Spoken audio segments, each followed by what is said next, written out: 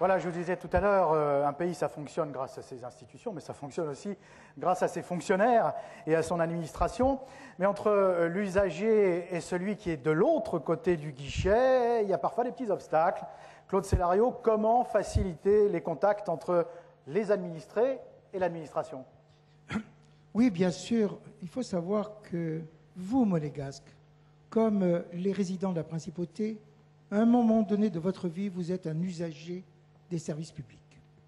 L'UPM considère que les bâtiments administratifs qui reçoivent le public doivent impérativement être adaptés aux exigences de la modernité de nos sociétés.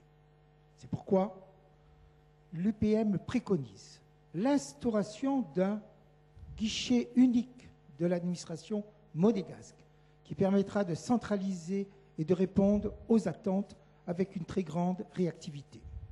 Il préconise aussi que l'administration utilise de manière beaucoup plus performante les outils informatiques et Internet, ce que nous appelons, nous, une administration électronique. Et enfin, cela ne va pas de pair sans sans que la gestion des ressources humaines soit optimisée au maximum.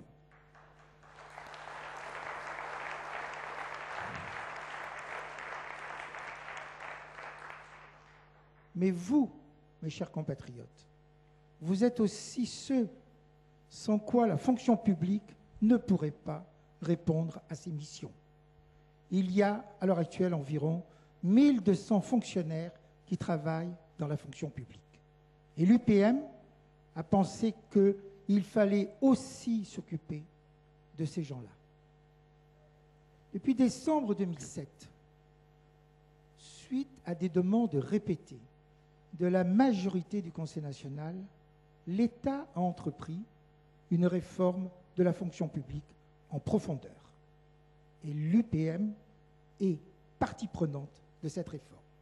Cependant, elle préconise un certain nombre de mesures. D'abord, elle entend poursuivre cette réforme tout en maintenant une vigilance dans son application. Il faut absolument que les buts recherchés soient atteints. Deuxièmement, elle veut adopter de nouvelles et efficaces mesures visant au renforcement de la transparence dans les recrutements et les avancements, optimisant ainsi les déroulements de carrière qui sont si importants pour nos compatriotes. Troisièmement, il faut obtenir une augmentation du nombre de points accordés à chaque service pour que les avancements au mérite soient vraiment effectifs.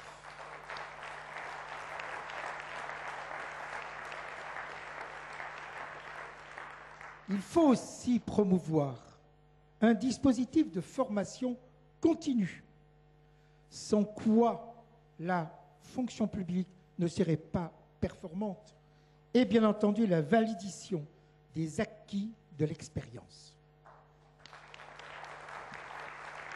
Mais enfin, il faut aussi penser quelquefois à l'essentiel et il faudra revaloriser les traitements indépendamment de leur alignement sur l'inflation pour rattraper le retard accumulé depuis de nombreuses années et l'inévitable décalage engendré comparativement aux autres secteurs. Merci.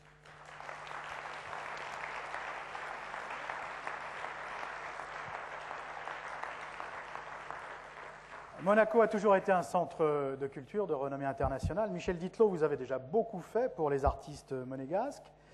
Vous souhaitez en faire plus pour les sportifs, mais pourquoi associez-vous culture et sport?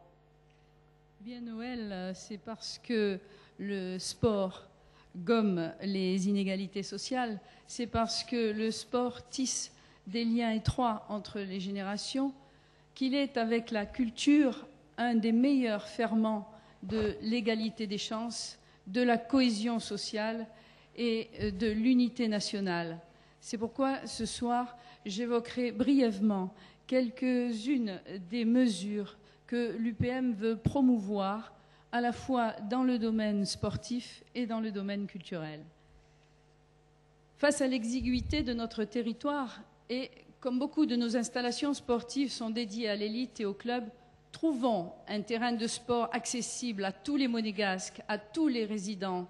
Travaillons dans ce sens avec les communes limitrophes. Certaines ont de la place, Monaco a les moyens. C'est cela aussi le sport d'équipe, savoir mettre en commun les capacités de chacun.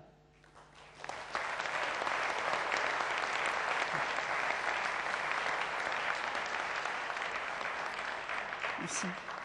Soutenons mieux les associations sportives qui s'intéressent au plus grand nombre et permettent à monsieur tout le monde, et à vous aussi, madame, de pratiquer longtemps le sport sans pour autant avoir à faire de compétition.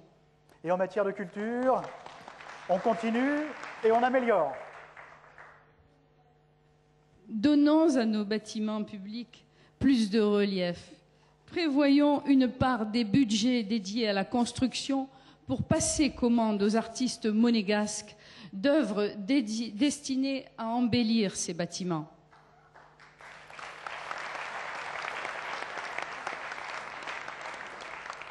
Faisons mieux vivre notre ville certaines nuits. Programmons des nuits de la culture monégasque, durant lesquelles musées, expositions, théâtres, événements spéciaux seraient accessibles à tous gratuitement et jusqu'à fort tard.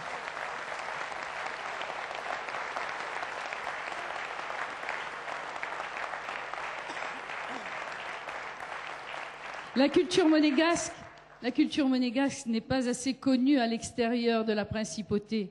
Invitons nos artistes à se joindre aux déplacements à l'étranger des délégations institutionnelles de notre pays. Comme nous l'avons initié avec le Val d'Aoste, organisons des échanges culturels avec les petits pays d'Europe.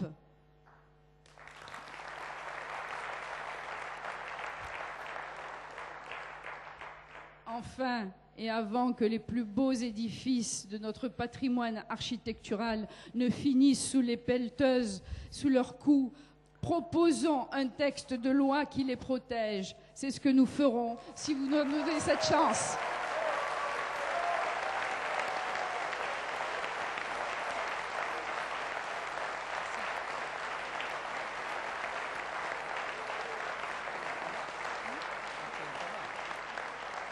Merci Michel.